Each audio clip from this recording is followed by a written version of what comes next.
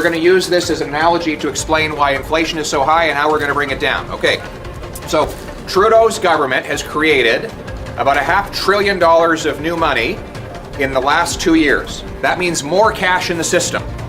That money goes out and bids up the goods and services that we buy. So imagine it this way. You have an economy with $10 and 10 loaves of bread.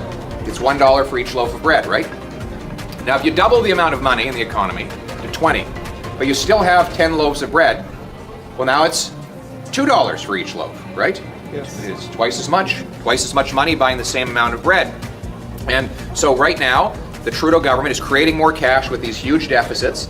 Just this week, they announced another $20 billion of inflation they want to pile on. So the trick is, we don't need to create more cash, we need to create more of what cash buys. Build more houses, produce more energy, and produce more food. So go back to my analogy. Here we have pita bread. So imagine, instead of doubling the amount of money, we double the amount of bread. So you have $10, you had 10 loaves of bread, but instead of doubling the money, you double the amount of bread. Now you have 20 loaves of bread for $10. What's happened?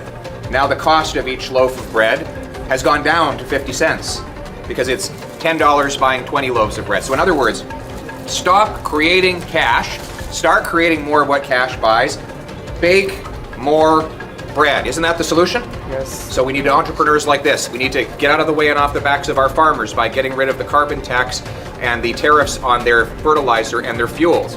We need to get off the backs of our truckers who bring the supplies to this wonderful establishment. And then we need to lower the taxes and reward the work of the workers here so that they can produce more of the food that we buy.